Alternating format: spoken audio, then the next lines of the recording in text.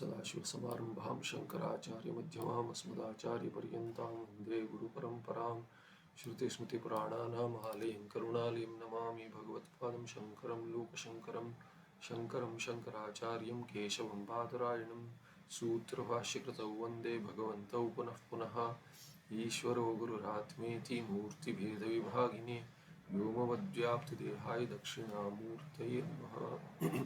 श्री चिद्घन गणेशाय नमो मह्यं सुकन्नित्यं स्वप्रकाशं व्यापकं नामरूपाधिष्ठानं बुद्धिबोध्यं बुद्धिर्दृक्यत्तु निर्मलम् अपारं सर्ववेदान्तवेद्यं प्रत्यक्परं तदेवाहन्नमस्तामतिः।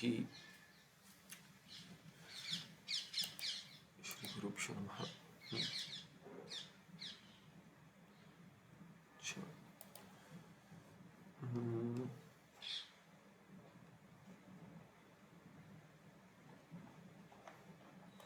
ये बहुत स्लो हो गया है।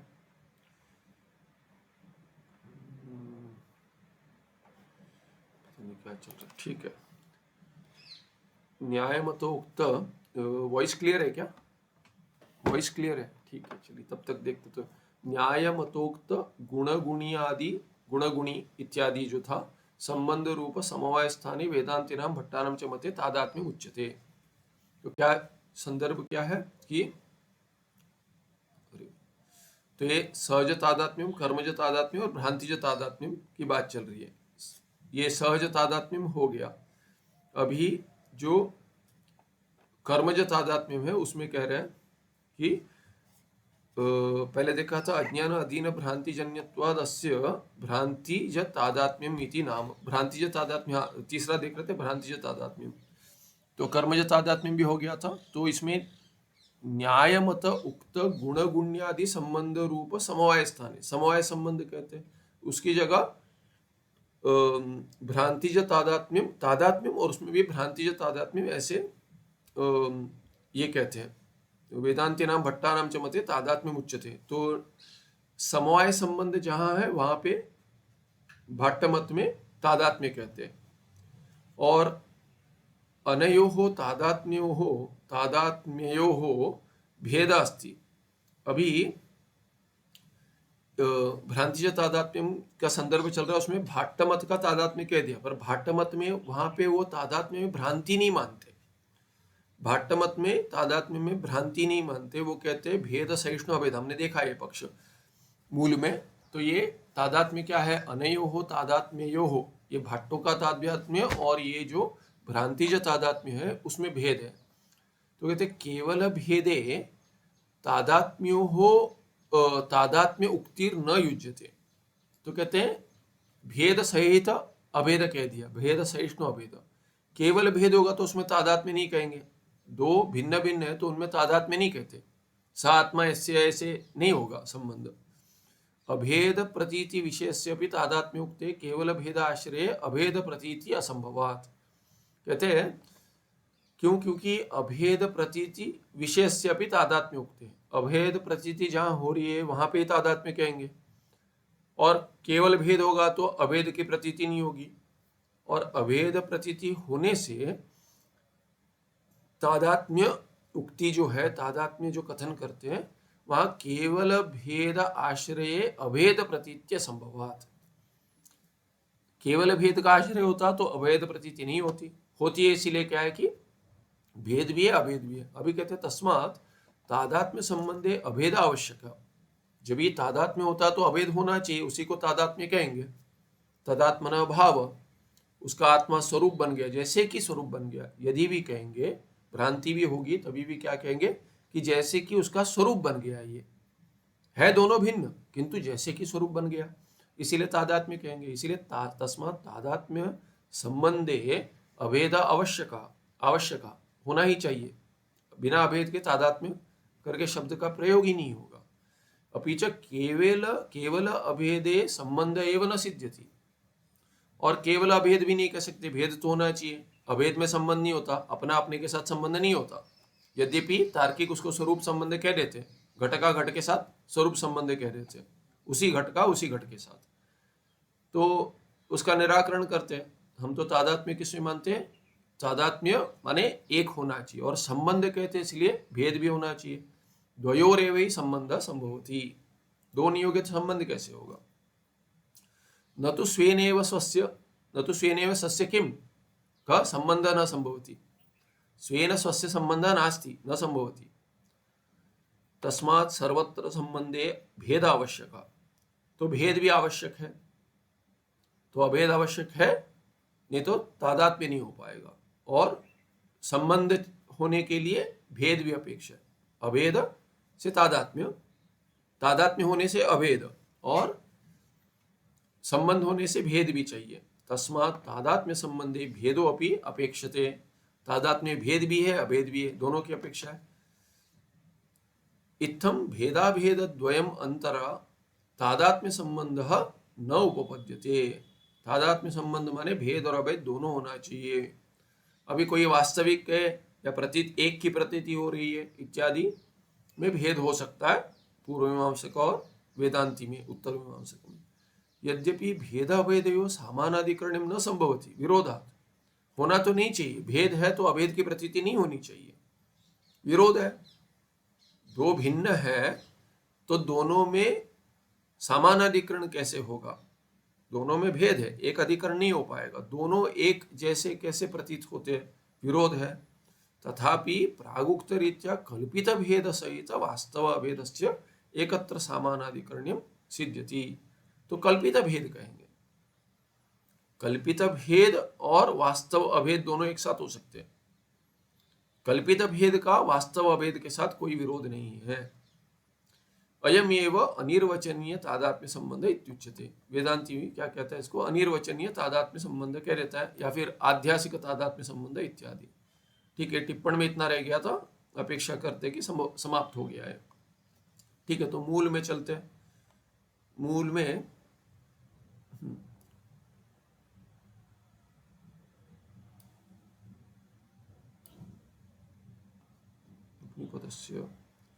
तो यहाँ पे यथा पंक्ति के समाप्त होते होते हमने देखा था, ये पन्ने के समाप्त होते होते, तो यहाँ क्या क्या है? अभेद सत्वात् अग्निरिति पदेन वन्य प्रतिहिति जायते।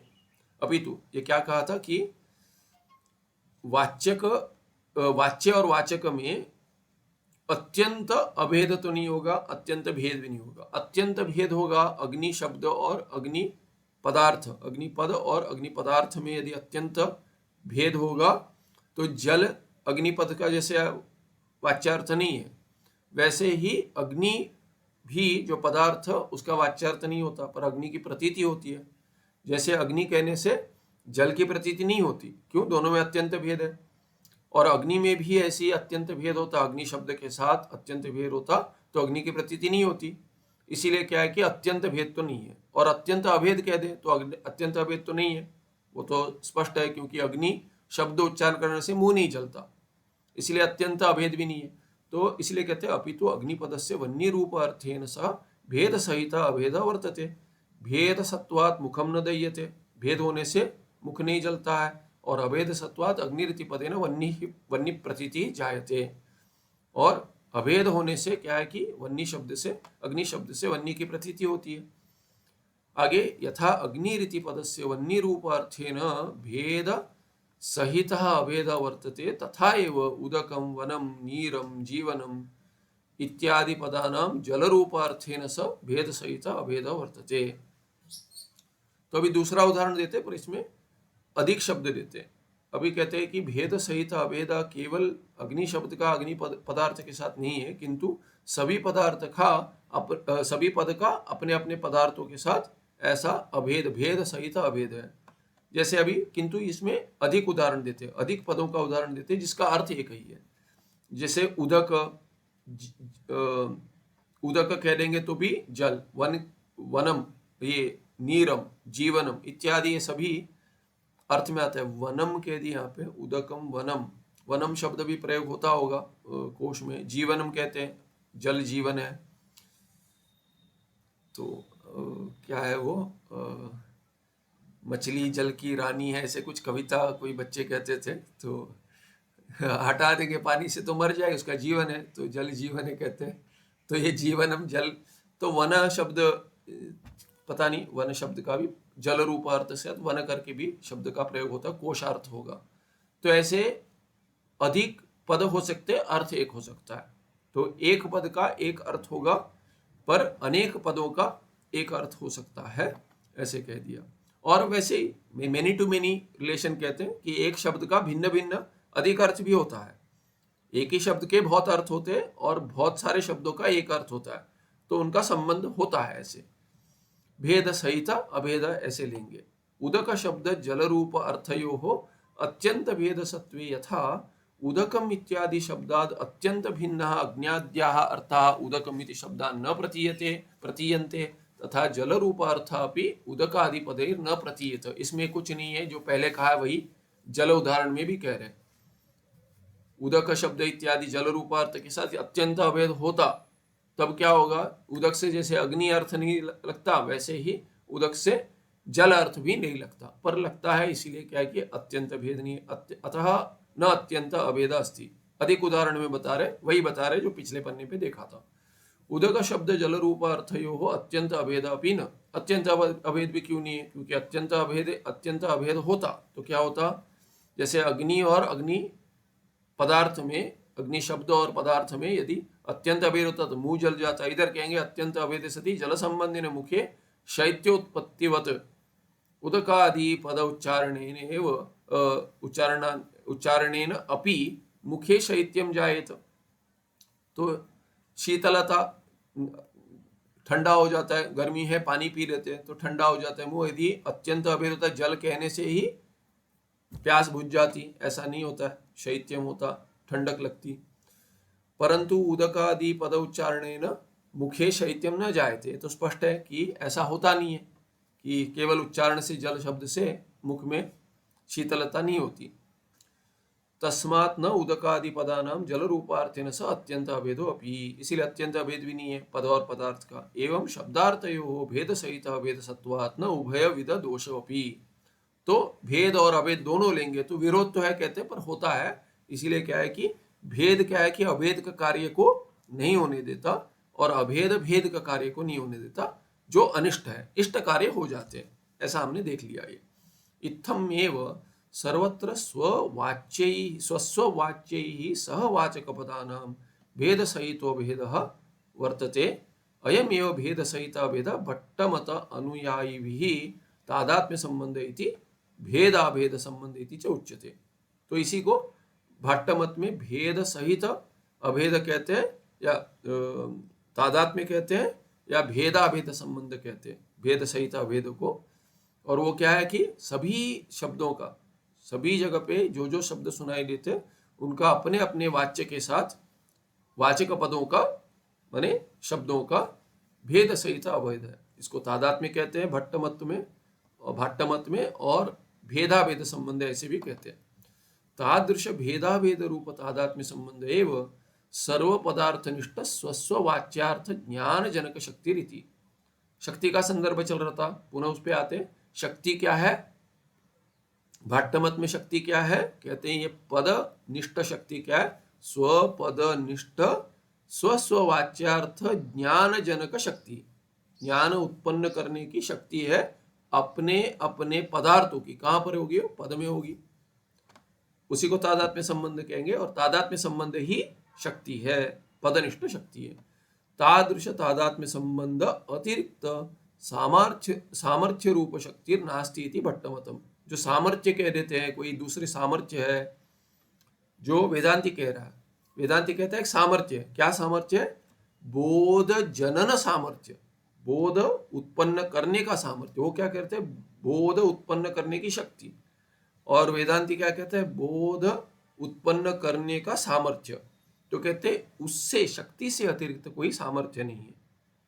ऐसे भाट्टमत में भेदाभेद पक्षे च युक्ति ही निरूपिता।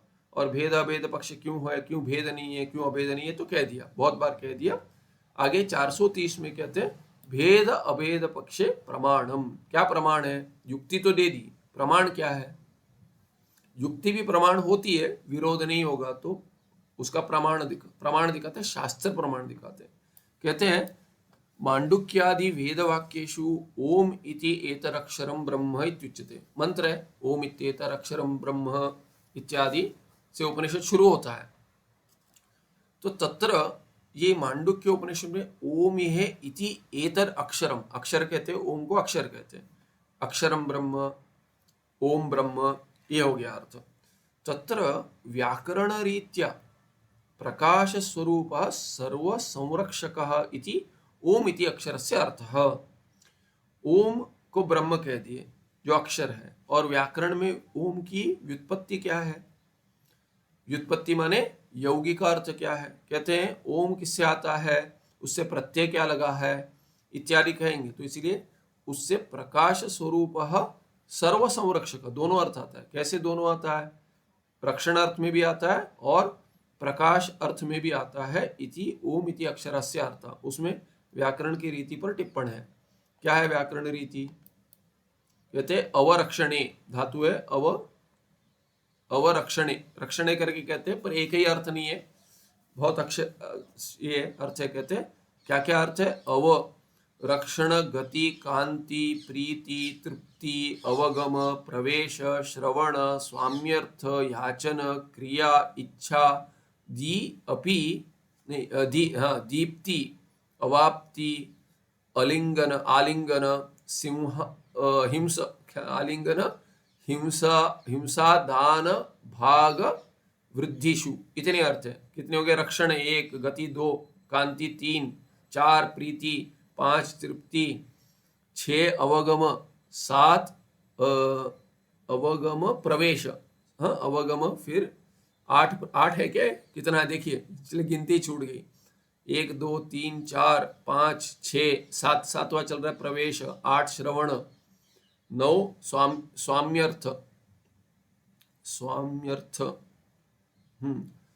तो ऐसे देखिए कितने सारे अर्थ है। ठीक है, छोड़ी ये है तो गिनो भी, और उसमें फिर कहीं मन भटकता है, वो नहीं है। तो हो जाएगा प्रवेश 7 हो गया, श्रवण 8, 9 स्वाम्यर्थ, याचना 10, क्रिया 11, इच्छा 12, दीप्ति ये चाहिए हमें, प्रकाश दीप्ति 13, अवाप्ति प्राप्ति इत्यादि 14, आलिंगन 15, हिंसा 16, दान 17, भाग 18, वृद्धि, अववृद्धि अर्थ में भी आता है। 19 अर्थ है, ऐसे बताया। और फिर कहेंगे और कुछ अर्थ मिल गया, धातु नाम अनेक अर्था, तो कहते हैं धातु अनेक अर्था कह देंगे। इति एकोनविंशति, अच्छा दिखा है, देखिए लिखा है, मैं गिन रहा हूँ। एकोनविंशति अर्थ का धातु हो अवते, अवते है टीलोपश्च, ऐसे सूत्र है। ये सूत्र 139 दिया, ये इसमें होगा। ये सूत्र क्या है कि सूत्र पाठ में, व्याकरण सूत्र पाठ में नहीं होगा, ये उणादि में होगा। तो उणादि है इति, हाँ देखिए औणादि का सूत्रेण मन प्रत्यय, तो उणादि सूत्र, तो उणादि सूत्र में जो जो प्रत्यय आते हैं उसको भी ये कहते हैं, कृत कहते हैं। तो और उसमें उणादि में थोड़ा कठिन है, उणाद है बहुलम, तो बहुलम में कुछ भी हो सकता है। जैसे आप हिस्सा करते सूत्र में जो नियम है कि ये कित हो तो ऐसा हो, ये हो तो वैसा हो इत्यादि, वो सब वहाँ होंगे, ऐसा नहीं है, कुछ थोड़ा अलग भी हो सकता है, जो अपेक्षा करता है वो नहीं भी हो सकता है इत्यादि, इसको बहुलम कहते हैं। तो क्या हो गया इसमें से? अभी देखिए क्या है, अव रक्षण एक अर्थ है, और यहाँ पे दीप्ति प्रकाश रूप ये अर्थ है। ये दोनों अर्थ हो जाएंगे, अव को मन जोड़ देते हैं, तो मन जोड़ेंगे तो क्या, अव, अवरक्षणे, अव में अव होगा धातु, अव और मन जोड़ देंगे तो अव में क्या हो जाता है, टीलोप। टी माने क्या, अंतिम जो ये है अव, टीलोप करेंगे इसमें, अवते है, अवते माने धातु है, इक्ष्टिप, इक्ष्टिपो धातु निर्देशे, उसे अवते, अवति, अवति माने, अवति माने धातु अव, अवधातु, तो उसमें टीलोप हो गया, और टीलोपश्च करके दिया है, तो उसके पहले भी कुछ कार्य होगा। तो मन प्रत्यय होता है, और मन प्रत्ययस्य, हाँ मन प्रत्यय का टीलोपश्च, टीलोप माने मन प्रत्यय का आदेश हुआ है, अव में नहीं, अव में टीलोप की बात नहीं करें, मन में टीलोप करें। तो मन धातु में टीलोप होगा तो क्या हो जाएगा, मन में अन चला जाएगा, अन टी है, मन में एक ही अच है, तो टी माने क्या, अचोत अंत्य अच, शब्द शुरू हो गया फिर से, आद्यन्तौ नहीं वो नहीं, अचोन्त्यादि टी नहीं, मैं यहाँ पे शब्द कुछ हो रहा है, अचोन्त्यादि टी करके सूत्र कुछ शब्द आ रहा है इसमें। ठीक है, आज का पाठ तो वैसे समाप्त करेंगे। मन अन हो जाएगा तो आद क्या हो जाएगा, अचोन्त्यादि, अच अंत्य, अंत्य अच और उसका आदि अचोन्त्यादि टी, अचो अंत्य अच और आदि वहां से लेकर अंत तक हो जाएगा अचोन्त्यादि, तो टी हो जाएगा वो। तो अन टी है तो अन हट जाएगा, लोप मने हट जाएगा तो मकार बचेगा, मन में मकार बच जाएगा और अव के साथ मन जोड़ देंगे, इसमें और भी कुछ कार्य होता है। और उसके बाद क्या है कि अव का ओ हो जाएगा गुण, ये पे अव का वकार से क्या हो जाएगा, वकार का ऊ हो जाएगा, यहाँ संप्रसारण हो जाएगा, संप्रसारण हो जाएगा तो अव का अ और उ हो जाएगा, अ उ होगा तो उसका संधि होकर ओ हो जाएगा। हाँ, तो संप्रसारण माने यण संधि के विरुद्ध। यण का क्या है, यण इको यण करके कहते हैं, इको यणची, तो इको यण होता है और इसका विरुद्ध जो यण का इक होता है उसको संप्रसारण कहते हैं। तो इको यण और संप्रसारण उसका विरुद्ध हो गया, इग्यण संप्रसारण, तो इग्यण यण इक आदेश, यण को इक आदेश होता है उसको संप्रसारण कहते हैं। तो क्योंकि ऐसे ही लग रहा है अव का वकार का ये हो जाएगा, यहाँ दिए देखिए, आगे देखते हैं। ठीक है, तस्य ज्वरत्वर स्निव्य विम वाम वाम उपधायाश्च, क्षमा कीजिए, ज्वरत, ये तो पाणिनि सूत्र है, ज्वरत्वर स्निव्य विम वाम उपाधयश्च, वाम, तो ये वाम है, ज्वर त्वर श्रिव्य विमवाम विमवाम उपधायाश्च किम इति सूत्रेण उपधा वकारयोः ऊठ, अच्छा ऊठ हो गया, ये नहीं हुआ, ऊठ आदेश हो गया, ऊठ ऊठ, तो ऊठ आदेश हो गया न कि संप्रसारण।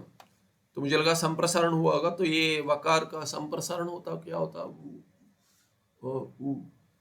ना, उसके बाद वो ये लोग के गुण नहीं हो पाता। ठीक है, संप्रसारण आदेश हुआ है, ऊ आदेश हुआ है, दीर्घ उकार, तो और मैंने क्या कि मैं वकार को उकार हुआ देख रहा था, तो संप्रसारण से नहीं हुआ, ऊठ आदेश से हुआ है। तो ऊठ में ठकार तो इत है, तो उकार रहेगा, तो अ और ऊ तो गुणा हो जाएगा, अंत में गुण संधि होकर ओ हो जाएगा और प्रत्यय का बच जाएगा मकार, तो ओ और मकार ओम हो जाएगा, ऐसे बताया यहाँ पे।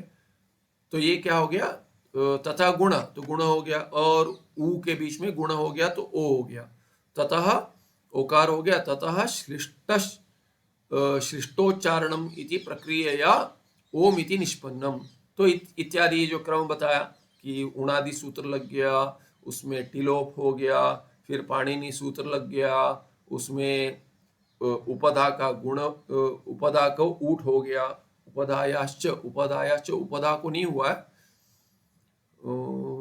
6-4-20, 6-4-20 में क्या लिखा है वहां पे, एक मिनट देख लेता हूं मैं सूत्र।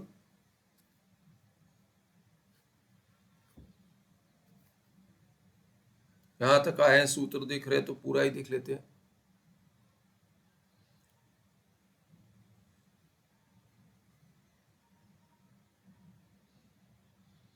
हाँ, ज्वरत्वर श्रीव अव मव, तो इसमें जो ये यहाँ लिखा हुआ है ज्वर, मैंने जो पढ़ा उसमें ज्वर त्वर श्रीव है, श्रीव अव, इसमें अव छुपा है, अव श्रीव, श्रीव अव और क्या, अव और मव, ऐसा है मवाम। तो ये ज्वर त्विर श्रीव, श्रीव, श्रीवी होना चाहिए, श्रीव करके दिया तो श्रीवी होगा, श्रीवी अव, श्रीव्यव हो जाए, श्रीव्यव और श्रीव्यव, और उसके बाद मव, मवाम क्या हो जाएगा, उपधायाश्च कह दिया, काशिका वृत्तीय ज्वरत्वर श्रीवी अव मव इत्येतेषाम् अंगानां वकारस्य उपधायाश्च स्थाने ऊठ इत्येतम इत्ययम् आदेशो भवति, वकारस्य उपधायाश्च स्थाने। तो देखिए केवल वकार को ऊट हो जाएगा तो क्या हो जाएगा, और व, अच्छा, वकारस्य उपधायाश्च स्थाने ऊट इत्यादिषु भवति। क्वौ परतः, क्विप क्विप प्रत्यय होने से तो क्विप प्रत्यय जोड़ दिए, क्वौ परतः, क्वौ मनीन अनुनासिके जलादोचिकिति। ठीक है, अव के लिए उदाहरण है ऊ, वो, वह, ऐसे।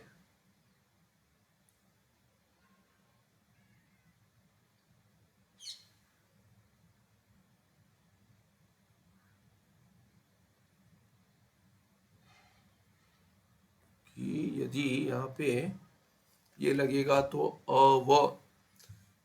अव को यदि अव लेंगे, अ को भी आदेश होना चाहिए, ऊट। उपधायाश्च करके लिखा है, ये देखना पड़ेगा ये, पर ये श्लिष्टोच्चारणम इति, तो इसमें थोड़ा कुछ और हुआ है कार्य, क्योंकि यदि ऊट का आदेश दोनों को होगा, देखिए ज्वर में क्या हुआ, ज्वर में ज्व है वो, ठीक है, दोनों मिलकर अ व ले सकते हैं, अ व धातु होगा, उसमें अव धातु में व ही है, वह बचेगा। देखना पड़ेगा ये वास्तविक प्रक्रिया क्या है, क्योंकि इसमें क्लिष्टता क्या है कि ये उपधाया लिखा है, तो उपधाया अव का उपधा तो अ है, उसको तो आदेश नहीं होगा, तो इसमें कुछ ये उणादि में ये होता है, उणादि लग जाता है और कुछ होता है तो बहुलम इति, पर देखना पड़ेगा, स्मरण नहीं आ रहा है मुझे इसकी रूप सिद्धि, कहीं की है, कहीं देखना पड़ेगा लिखा हुआ, अभी स्मरण नहीं आ रहा है, पर ये कह रहे कि उपदाय इत्यादि, ये उपदायाश्च करके दिखा है, इसमें क्लिष्टता है। ये अंत्य आदेश होगा तो ठीक है, वकार को उकार आदेश हो जाएगा और ऊ का गुण हो जाएगा, पर यदि उपदायाश्च लिखा है, ये उपदाय यदि षष्ठी होगी, षष्ठी ना हो तो ठीक है, पंचमी उपदायाश्च वकारा, उपदाया अच्छ हो सकता है, ऐसे ले सकते हैं, उपदा अच्छ, इसमें देखना पड़ेगा, नहीं तो दूसरे टीका में क्या दिए हैं, क्योंकि च दिए, उपदाया च का क्या अर्थ है पता नहीं, तो ऐसे लेंगे कि पहले कुछ सूत्र के साथ आ रहा है, ऐसे लग रहा है, उपदा जो अच्छ है उसके बाद जो वकार है उसको आदेश होगा, उपदा को ये षष्ठी नहीं पंचमी होगा तो घट जाएगा, षष्ठी होगी तो दुविधा देखना पड़ेगा। अब ये बहुत पहले ओम की कैसे व्युत्पत्ति होती है ये देखा था बहुत पहले, तो अभी स्मरण कुछ नहीं आ रहा है, फिर ठीक है, तो ये ओम निष्पन्न हो गया है, तात्पर्य नहीं है, तात्पर्य में जाते हैं ओम इति निष्पन्नम, ठीक है, ऐसे कुछ प्रक्रिया से ओम ऐसे शब्द उत्पन्न हो गया। अभी ये वैयाकरण की रीति है घटाने की। अभी कहते हैं अकार उकार मकार इति, ये क्या है कि ये मांडुक्य में आता है, और यहाँ पे क्या ऐत्रेय ब्राह्मण में भी था, अकार उकार मकार से ओम बना है, तान एकदा समभरत तद एतत् ओम इति, तो कहते हैं ये जो अकार उकार मकर मिलकर ओम बना है, ऐसे ऐत्रेय ब्राह्मण में भी आया है, और मांडुक्य में तो अकार उकार मकार पे ज्ञान कांड भी है और उपासना कांड भी है, कैसे करना है, एक ही इसमें दोनों घटाते हैं। इति श्रुते है, ऐसे श्रुति देकर ओम इति इदम सर्वम, ओम क्या है, ये सर्वम है।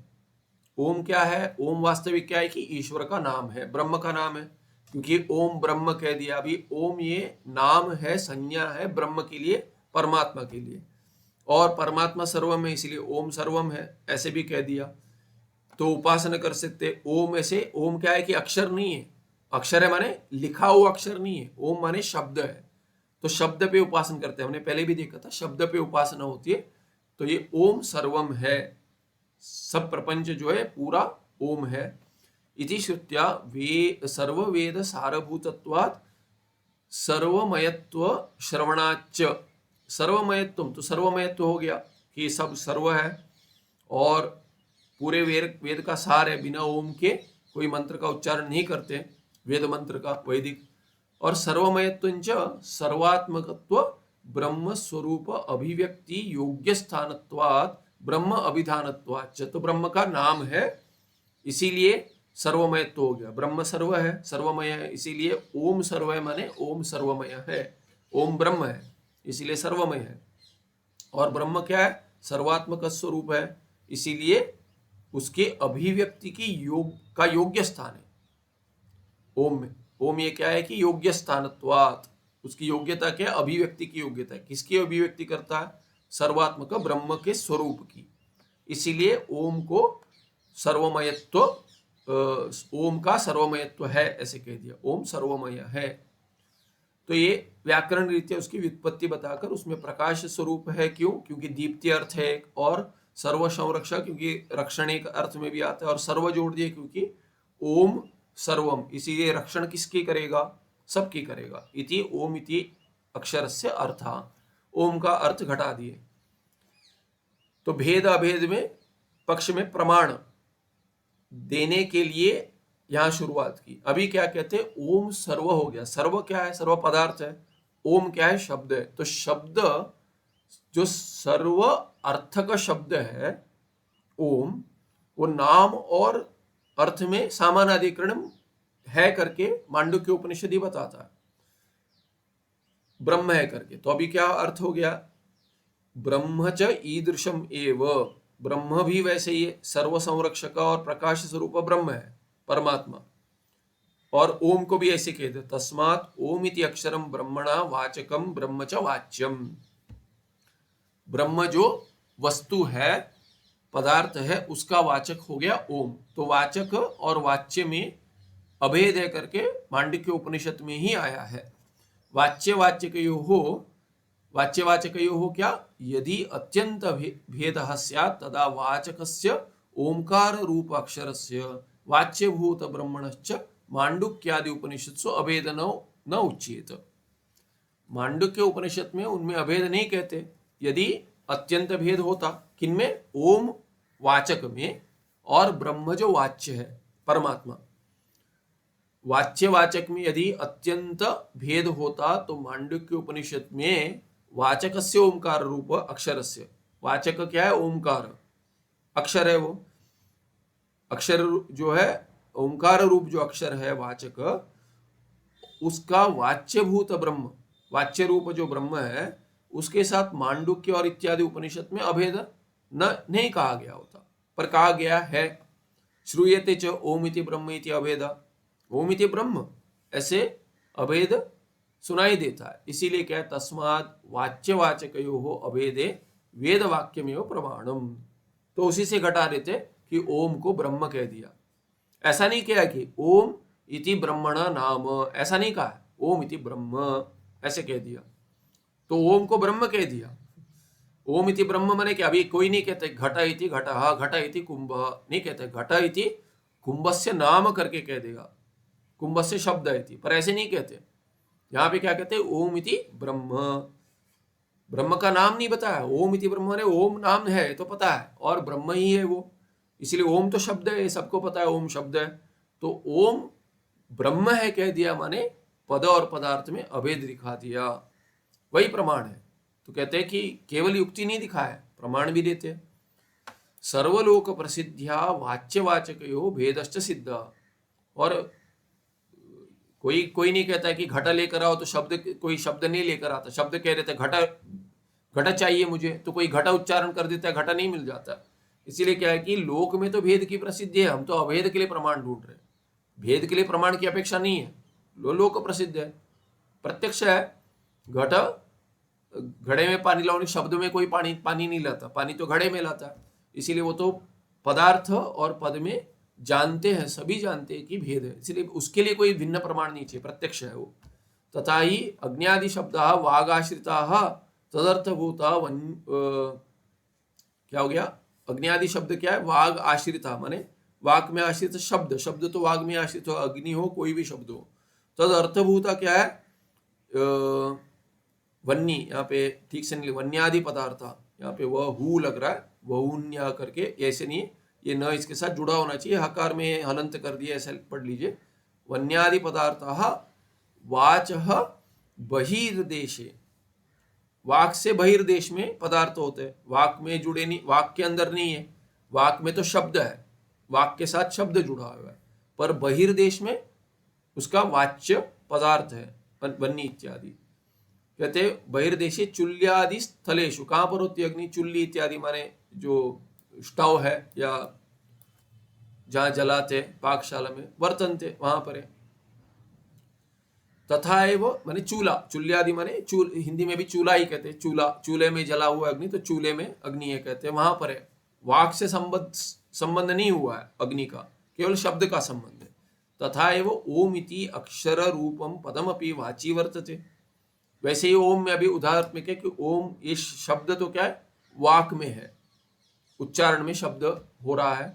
तदर्थभूतम परम ब्रह्म तो न वाची वर्तते, वाक में तो ब्रह्म नहीं है, ब्रह्म तो वाक में नहीं है, ब्रह्म सर्वम, किंतु वाचो वही ही स्वे महिमनि प्रतिष्ठितम है।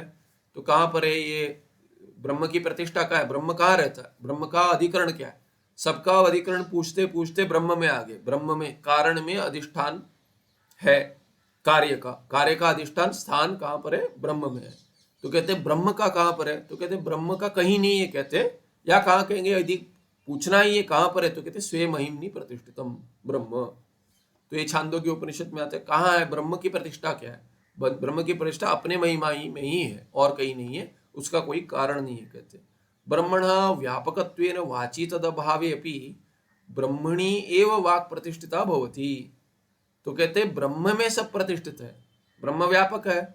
तो कहते हैं वाक में ब्रह्म न हो पर वाक तो ब्रह्म में है, सभी ब्रह्म में है, ब्रह्म सबका आश्रय है, तो वाक का आश्रय भी ब्रह्म ही है। ब्रह्म वाक में आश्रित नहीं हो सकता, वाक तो सीमित है, ब्रह्म व्यापक है। तो व्यापक ब्रह्म जो सर्वाधिष्ठान है उसमें वाक भी आश्रित होगी। ब्रह्मणा व्यापकत्वेन वाची तदभावेपि, वाक में ब्रह्म न होने पर भी ब्रह्मणि वाक प्रतिष्ठिता भवति, ब्रह्म में वाक होगा, वाक होगी, वाचा होगी। न तो वाची ब्रह्म, उल्टा तो नहीं होगा। इत्थम पदम वाची वर्तते। तो क्या हो गया? पद क्या है, शब्द क्या है? ओम ऐसे जो शब्द है वो वाक में है, वाची वर्तते। अर्थ बहिरिति सर्वजन प्रसिद्धम, और सभी जानते हैं कि अर्थ तो बाहर है, पदार्थ, पद वाक में है और अर्थ वाक के बाहर है, ये प्रसिद्ध है। अतः पद तदर्थयो, पद तदर्थ माने तद से लेंगे पद, पद पदार्थयो हो भेद सर्वलोक प्रसिद्ध। इसमें तो कोई प्रमाण बताने की आवश्यकता नहीं है, पर फिर भी तर्क लगाकर युक्ति से बता दिए कि ये सर्वलोक प्रसिद्ध है, युक्ति से भी घट जाता है। इत्थम वाच्यवाचकयो भेदे सर्वानुभव प्रमाणम तद भेदे च वेद वचनम प्रमाणम इति पदस्य स्वार्थेन स भेदाभेद रूप तादात्म्य संबंध न अप्रामाणिक। क्या प्रमाण है भेदाभेद के लिए? तो कहते हैं भेद के लिए तो कि अनुभव ही प्रमाण है, भेद में तो अनुभव, उसका कोई विरोध नहीं है, इसीलिए क्या है कि अनुभव वास्तविक प्रमाण नहीं है, अनुभव तो प्रमा है। पर ये प्रमा जो उत्पन्न हो गई ये ठीक है कि नहीं है, प्रमा ही है कि भ्रम है? तो ये विचार करेंगे तो कहते हैं कि उससे आप कुछ घटा रहे हो, कुछ ज्ञान है। देखिए ज्ञान प्रमा है, अनुभव भी प्रमा है, क्योंकि ज्ञान ही, अनुभव और ज्ञान में भेद नहीं है, श्रुति भिन्नम ज्ञानम अनुभव। तो अनुभव और ज्ञान क्या है? प्रमा है। फिर भी क्या है कि एक ज्ञान से दूसरा घटा रहे हैं तो ज्ञान प्रमाण भी बन जाता है, दूसरे प्रमा का ज्ञान का साधन हो गया। तो जैसे अनुमान ही ले लीजिए। देखिए प्रत्यक्ष छोड़कर बाकी सभी को दूसरे ज्ञान की अपेक्षा है करण रूप में, प्रमाण रूप में।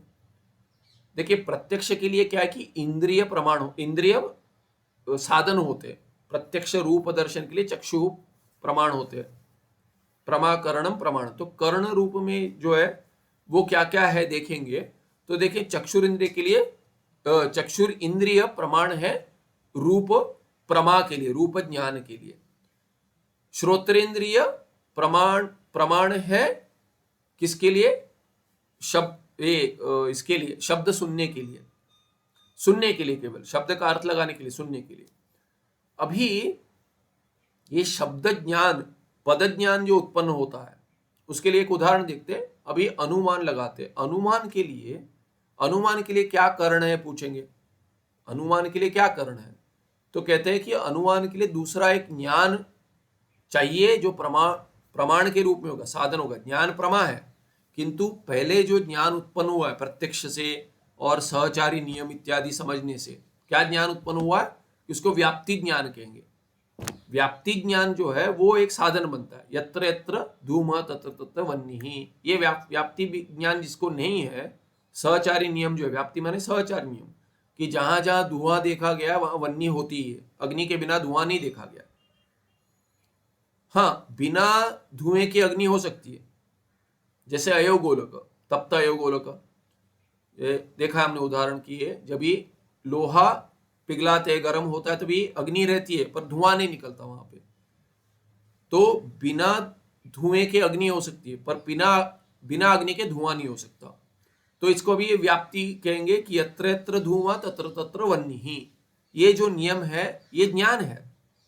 आपको पता है जहां धुआं होता है वहां अग्नि भी होती है, हाँ पता है, तो ये ज्ञान है आपको ना, इसे कहेंगे। तो ये ज्ञान क्या है? प्रमा है।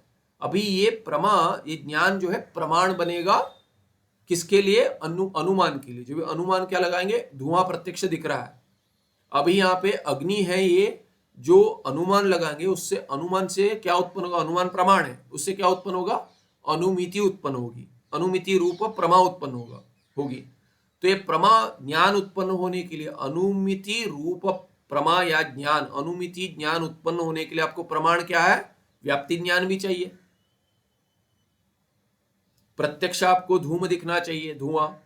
तो ऐसे सब कर्ण बनते, ऐसे सब साधन बनते। तो उसमें क्या है कि जो विशेष है उसको कर्ण मानेंगे, तो तर्क ग्रंथ में इसमें विचार करते हैं।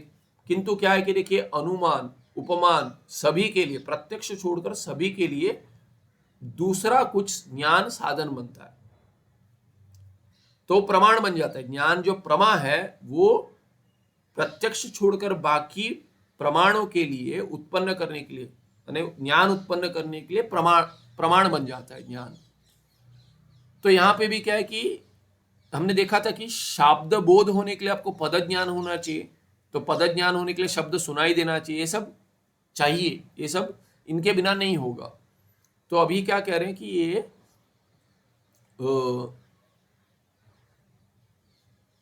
वाच्यवाचकयो भेदे सर्वानुभव प्रमाणम तरभेदे च वेद वचनम प्रमाणम इति पदस्य स्वार्थेन स भेदाभेद रूप तादात्म्य संबंध न अप्रामाणिक किंतु प्रमाण सिद्ध है। तो कहते हैं ये जो है ना, यहाँ पे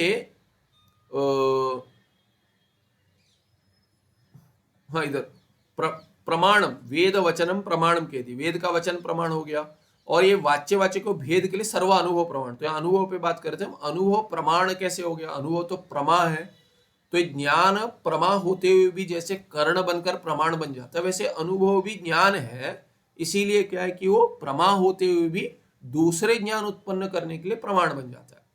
दूसरे प्रमा की उत्पन्न करने के लिए पहला वाला प्रमा जो है, पहली वाली जो प्रमा है ज्ञान जो है, वो प्रमाण बन जाता है, इसलिए अनुभव प्रमाण बन जाता है। अनुभव वास्तविक प्रमाण नहीं है। अनुभव किसके लिए प्रमाण बनता है? दूसरा ज्ञान उत्पन्न करने के लिए, कुछ उत्पन्न करने के लिए प्रमाण बनता है। तद अभेदे च वेद वचनम प्रमाणमिति। और अभेद में क्या प्रमाण है? कहते हैं कि वेद का वचन प्रमाण है। आपको वेद वचन भेद के लिए नहीं चाहिए, भेद तो प्रत्यक्ष सर्व अनुभव है, सभी अनुभव, सभी का अनुभव है कि भेद है पद और पदार्थ में, इसीलिए और कोई प्रमाण नहीं चाहिए, वही प्रमाण है। और अभेद में क्या प्रमाण है? वो तो वेद वचन दिखा दिया, मांडुक्य उपनिषद इत्यादि का मंत्र दिखा दिया। इति भेद और अभेद दोनों हो गया। पदस्य स्वार्थेन स, पदार्थेन स्वपदार्थेन स भेदाभेद रूप तादात्म्य संबंध न अप्रामाणिक। इसमें कोई प्रमाण की शंका नहीं होनी चाहिए, ये तो प्रमाण सिद्ध है, किंतु प्रमाण सिद्ध है। ये हो गया। अब तक क्या है कि पूर्व मीमांसा का शक्ति का लक्षण क्या कहता है, उसमें भेदाभेद रूप संबंध कह देता है, और वो क्या है कि उसी को क्या है कि वो शक्ति है, पद में शक्ति होती है, कह देता है। अभी 431 में कहते हैं प्रसंगाद अन्यत्र अपि वाच्यवाचक भावस्थलाद अन्यत्र अपि। कहाँ पे अन्यत्र माने? वाच्यवाचक भावस्थल से भिन्न स्थल में भी क्या है कि अन्यत्र अपि भेदाभेद रूप तादात्म्य संबंध प्रदर्श्यते। तो कहते हैं केवल पद और पदार्थ में तादात्म्य संबंध नहीं है, और कहीं भी देखा जाता है।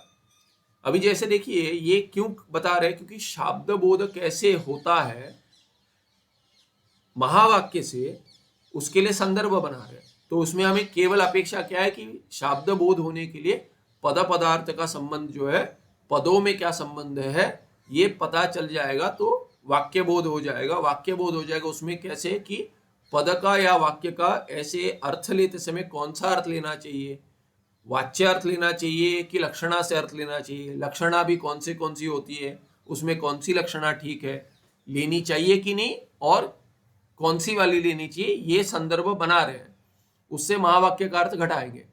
किंतु अभी क्या है कि उदाहरण देखते देखते शक्ति का भिन्न भिन्न दर्शन जो बता रहे हैं उसमें उदाहरण देकर भिन्न भिन्न दार्शनिक जो है वो पद का पदार्थ के से बोध कैसे होता है ये बताते उसका संदर्भ ले लिया इन्होंने। अभी क्या कहते हैं, उस प्रसंग में क्या कह रहे हैं कि ये भेद अभेद रूप तादात्म्य और कहीं भी होता है, ऐसे संदर्भ में बता रहे हैं, केवल पद पदार्थ में ही नहीं और कहीं भी होता है। तो उसके लिए क्या कहते हैं, रूप रसगंधादय गुणाः, रूप रसगंध इत्यादि क्या है कि गुण है, शब्द स्पर्श रूप रसगंध। रूप रसगंध क्यों कहा इन्होंने, शब्द स्पर्श रूप रसगंध ऐसे कहते हैं वेदांती, तो इसलिए कहा क्योंकि तार्किकों का जो ये सूत्र नहीं या तो तर्क संग्रह में जो वाक्य आता है उसमें रूप रसगंध ऐसे ही क्रम दिखाते हैं, बाद में ये दो शब्द और ये बाद में बताया उन्होंने। तो इसीलिए क्या है कि तार्किक के साथ ही अधिक वाद होता है, तो बाकियों के साथ उसको तर्क संग्रह कंठस्थ होता है, इसीलिए कह रहे रूप रस गंधादय कह दिया। गुणा तदाश्रय भूतम द्रव्यम गुणी, तो अभी गुण गुणी में संबंध समवाय कह दिया। और देखिए ये क्या है कि मूल में नहीं आया पर टिप्पणकार में बता दिया है कि जो समवाय संबंध कहते हैं तार्किक, वहां पे तादात्म्य संबंध कहते हैं पूर्व मीमांसक। उत्तर मीमांसक मान लेता है, वो कहते हैं ठीक है ऐसे ही लेकर चलेंगे। तो अभी एक गुण गुणी में जो संबंध है वो समवाय संबंध बताया था, ये कहते हैं तदाश्रय भूतम द्रव्यम गुणी, जो द्रव्य है उसको गुणी कहेंगे और उसमें जो धर्म रहता है उसको गुण कहेंगे। रूप रस गंध, तो रूप वाला कौन हो जाएगा, अग्नि, अग्नि हो जाएगा गुणी और रूप गुण है उसका। रस हो जाएगा जल का गुण, तो इसलिए जल हो जाएगा गुणी। गंध हो जाएगा पृथ्वी का गुण, इसलिए पृथ्वी हो जाएगी गुणी, गुणी गुण ऐसे कहेंगे। अनेक समवेत धर्म जाति, अब ये एक लक्षण दे रहे हैं, जाति किसको कहते हैं, अनेक समवेत धर्म, एक में ही रहे, रूप कहाँ रहेगा, एक में ही रहेगा। तार्किक कहेगा रूप कहाँ, केवल अग्नि में रहेगा, हाँ बाकियों में भी रहेगा पर उसका मुख्य ये नहीं है, तो इसे कहते हैं अनेक समवेत जो है ये धर्म जो है, धर्म ये गुण में केवल गुण को सीमित नहीं कर रहे, धर्म कह रहे हैं। तो ये कोई धर्म जो है वो अनेक में रहता है और समवेत माने समवाय संबंध से रहता है, एक में समवाय संबंध से नहीं रहता, अनेक में रहता है, तब क्या कहेंगे उसको जाति कहेंगे। जैसे मनुष्यत्व, सत्ता, ये सब जाति है, सत्ता जाति है। देखिए सत्ता अनेक समवेत है, तो सत्ता देखिए रूप रस गंध, इसका देखें कहाँ कहाँ रहेगा, सब में नहीं रहेगा, एक में रहेगा, ऐसे ही लेंगे तो बाकी सब में वो नहीं रहेगा, एक में रहेगा बाकी सब में नहीं रहेगा। अभी सत्ता जो है ये अग्नि में रूप रहेगा, रूप जल में नहीं है या वायु में नहीं है, ऐसा लेते हैं, वायु में रूप नहीं है पर अग्नि में रूप है। पर वायु और अग्नि दोनों में सत्ता है कि नहीं है, सत्ता होगी कि नहीं, वायु रहती है, वायु है कहेंगे इसलिए उसमें सत्ता है। घटापटादि है उसमें सत्ता है, ऐसे हम कहेंगे कि सत्ता है और बाद में कहेंगे एक सत्ता एक ही है। तो ये भी मानते हैं अनेक समवेत धर्म जाति, सत्ता जाति हो जाएगी। सामान्य धर्म कहते हैं तो सामान्य कह देते हैं, तर्क भाषा में सामान्य भी कहते हैं या तो जाति कहते हैं। यथा सर्व ब्राह्मण शरीरेषु ब्राह्मणत्वम एकमेव वर्तते, तो सभी मनुष्यों में मनुष्यत्व होगा, उसमें भी मनुष्यों में अभी कोई ब्राह्मण है क्षत्रिय इत्यादि, तो सभी ब्राह्मणों में ब्राह्मणत्व होगा, क्षत्रियों में क्षत्रियत्व होगा इत्यादि। तथा सर्व पुरुषेषु एकम पुरुषत्वम, सभी पुरुष है, मनुष्य में दो विभाग करेंगे, पुरुष और स्त्री, कहेंगे पुरुषों में पुरुषत्व होगा और स्त्रियों में स्त्रीत्व होगा, तो ये जाति कहेंगे इसको। सर्व घटेषु एकम घटत्वम जो वर्तते, घटत्वम पटत्वम इत्यादि, घट में घटत्व, सभी घटों में घटत्व होगा, गो में गोत्व होगा, सभी गायों में गोत्व होगा इत्यादि। ये क्या है, ये सामान्य धर्म है। अनेक समवेत धर्म सामान्य या जाति कहेंगे। लोके ब्राह्मणत्व पुरुषत्वादिकम यस्य उच्यते तस्मिन् ब्राह्मणादि शरीरे एव ब्राह्मणत्वादि जाति ही वर्तते। तो केवल ब्राह्मणों में ब्राह्मणत्व जाति होगी, क्षत्रियों में ब्राह्मणत्व नहीं होगी, ब्राह्मणों में क्षत्रियत्व नहीं होगा। इसीलिए देखते अभी पुरुषत्व तो सभी पुरुषों में होगी, तो ये ब्राह्मणत्व केवल ब्राह्मण शरीर में होगी। यहां पे भी शरीर कह दिया। ब्राह्मणत्वादि जात्याश्रय भूतम ब्राह्मणादि शरीरम व्यक्तिरित्युच्यते। तो जो एक है अनेक समवेत, अनेक क्या, अनेक व्यक्ति में, अनेक व्यक्तियों में जो रहेगा उस धर्म को जाति कहेंगे, सामान्य कहेंगे, और बाकियों को व्यक्ति कहेंगे। एक एक जो है उनको व्यक्ति कहेंगे। तो व्यक्तियों में जाति रहती है, ऐसा होगा। सभी ब्राह्मण व्यक्तियों में ब्राह्मण जाति होगी, सभी पुरुष व्यक्तियों में पुरुषत्व जाति होगी, सभी स्त्री व्यक्तियों में स्त्रीत्व जाति होगी। ये तो स्पष्ट है। गमनागमनादिकम क्रिया इत्युच्यते। क्रिया किसको कहेंगे? गमन, आगमन, जाता है, आता है इत्यादि, तो क्रिया कर्म कहते हैं इसमें तर्कशास्त्र में, तो क्रिया कहते हैं। अभी तद्वान क्रियाश्रय कर्ता इति च उच्यते। तो क्रिया कहाँ होगी? क्रिया कर्ता में होगी, इसीलिए क्रिया का आश्रय कर्ता हो जाएगा, इसको कर्ता कहेंगे। एतावतां पदार्थानां तादात्म्य संबंध वर्तते इति ज्ञात्वा कार्य कारण रूपम वस्तु गुणगुण्यादिषु योजयेत। क्या कहते हैं? ऐसे ये जो पदार्थ है ये सब इन्होंने शब्द समझा दिए। इनमें तो तादात्म्य संबंध कहते हैं, गुण गुणी में, क्रिया क्रियावान में, व्यक्ति जाति में। ये सब क्या है कि ये एतावतां पदार्थानां तादात्म्य संबंधो वर्तते, इनमें समवाय संबंध नहीं है, तादात्म्य संबंध है। ऐसे जानकर इति ज्ञात्वा कार्य कारण रूपम वस्तु गुणगुण्यादिषु योजयेत। तो गुण गुणी इत्यादि में कार्य कारण जो है ये रूप जोड़ देते हैं, ये ऐसा संबंध जोड़ देंगे, और इसमें समवाय संबंध नहीं है, कहते हैं तादात्म्य संबंध है। अभी उस क्या अर्थ है, क्यों लेकर आए उदाहरण? तो कहते हैं अत्र अयम अभिप्रायः गुणगुणिनोर इव कार्य कारणयोरपि तादात्म्य संबंध अस्ति। कार्य और कारण में भी तादात्म्य संबंध है, समवाय संबंध नहीं है। जैसे गुणगुणी में तादात्म्य संबंध है, जैसे जाति व्यक्ति में तादात्म्य संबंध है, जैसे क्रिया क्रियावान में तादात्म्य संबंध है, वैसे कार्य कारण में भी, में कार्य कारण संबंध जो कहते हैं कार्य कारण भाव, उनमें समवाय संबंध नहीं है, उनमें भी तादात्म्य संबंध ही है। गुण गुणिनो हो परस्परम तादात्म्य में संबंध, परस्पर संबंध है, समवाय संबंधी परस्पर होता है। तो क्या कहाँ रहेगा ऐसे पूछेंगे तभी आपको बतलाना पड़ेगा, पर संबंध दोनों में होता है, संबंध दो में होता है। तो एक का दूसरे से संबंध है, दूसरे का पहले से संबंध है, ऐसा नहीं होता है। संबंध दोनों में होता है, दोनों दृष्टि से संबंध होगा, दोनों की दृष्टि से संबंध है। तो कहते हैं तादात्म्य संबंध क्या? परस्पर है, गुण का गुणी के साथ और गुणी का गुण के साथ एक ही संबंध है। क्या? परस्पर संबंध जो है वो तादात्म्य ही है। तथा जाति व्यक्तियों क्रिया क्रियावतोश्च परस्परम तादात्म्य संबंध है। जो ऊपर कह दिया उन सब में क्या है? तादात्म्य संबंध है, समवाय संबंध नहीं है। एवं कार्य कारणयोरपि तादात्म्यम एव संबंध, दूसरा कोई संबंध नहीं, तादात्म्य संबंध ही है। अब ये तादात्म्यम क्या है? तादात्म्यम नाम भेद सहित अभेदा, पहले देखा हमने, उसमें अभी टिप्पण है तादात्म्यम पर। अच्छा, इधर एक कोई एक टिप्पण चला गया, एक रह गया, कहां पर है भाई? एक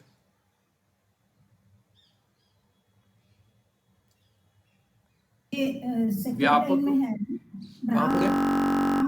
व्यापकत्वेन। हाँ,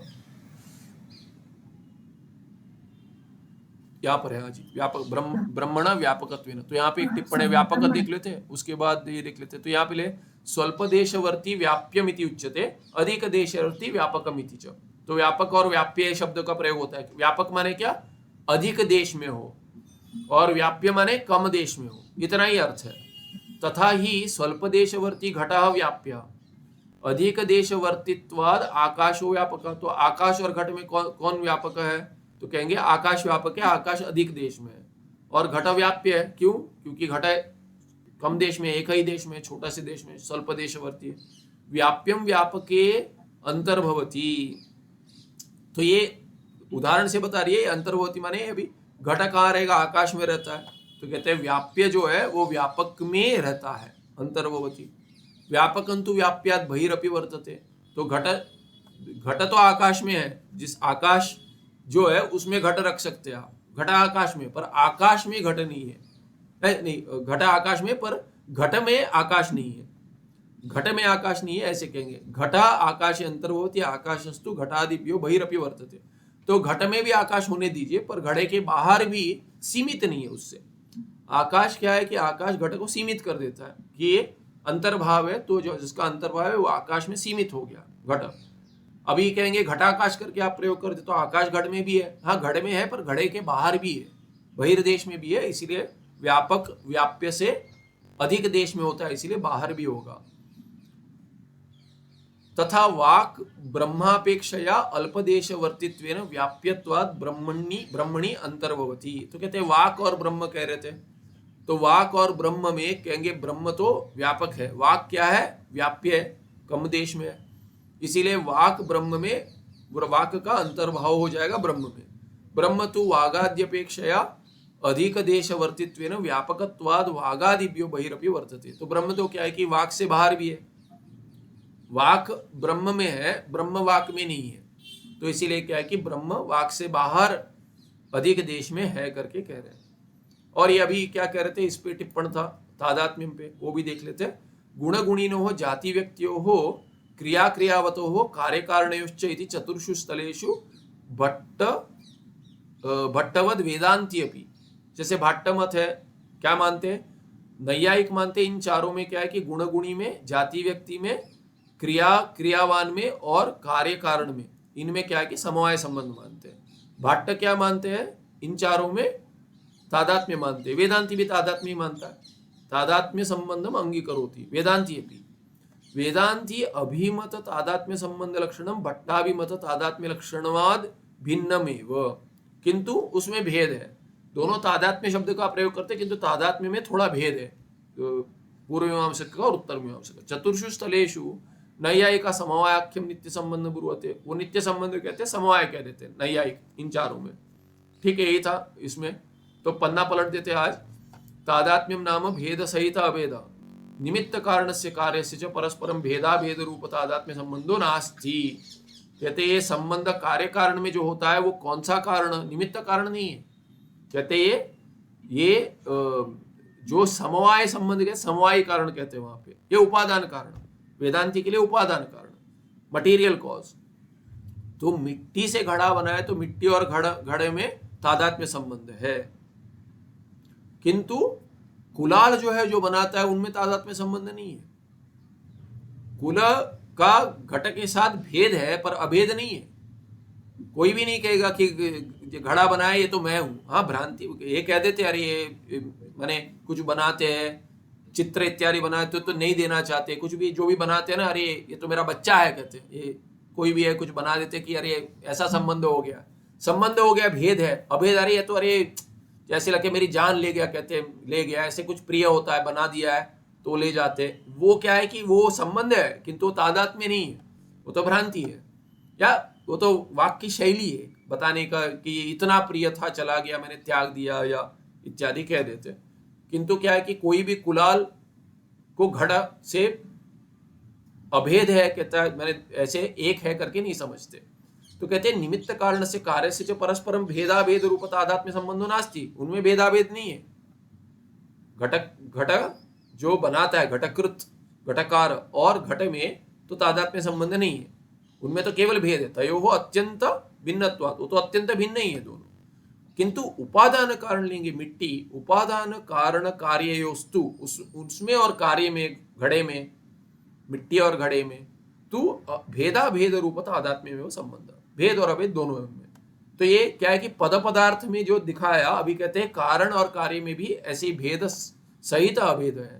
घटस्य निमित्त कारणम कुलाल दंडादिकम, कुलाल दंड ले लेंगे, निमित्त कारण दंड भी है, चक्र घुमाने के लिए चक्र भी है।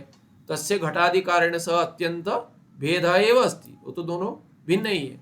चक्र और घड़ा भिन्न है, दंड और घड़ा भिन्न है, मिट्टी और घड़ा भिन्न है, नहीं मिट्टी और घड़ा नहीं, कुलाल और घड़ा भिन्न है, पर मिट्टी और घड़े में क्या है कि भेदाभेद संबंध है। उपादान कारणभूत मृत्पिंड तत्कार्यभूत घटयोस्तु भेद सहित अभेद एव आस्ते। तो मिट्टी और घड़े में क्या है कि घड़ा मिट्टी है, मिट्टी से भिन्न नहीं है वो, और क्या है कि घड़ा मिट्टी से भिन्न कार्य करता है इसलिए भेद भी है, तो अभेद भी है भेद भी है, इसलिए भेद सहित अभेद, ये हो गया तादात्म्य। अगले पाठ में मृत्पिंड इत्यादि देखेंगे आगे। सुखम नित्यम सप्रकाशम व्यापकं नाम रूपयोधिष्ठानं बुद्ध्य बोध्यं बुद्धेर्दृक्यत्तु निर्मलपारं सर्ववेदांत वेद्यं प्रत्यक् परम तदेवाहन्नमत्तोऽन्यदिति मे निश्चिता मतिः। नमस्ते, धन्यवाद। एक बताना था कि क्या हो गया 29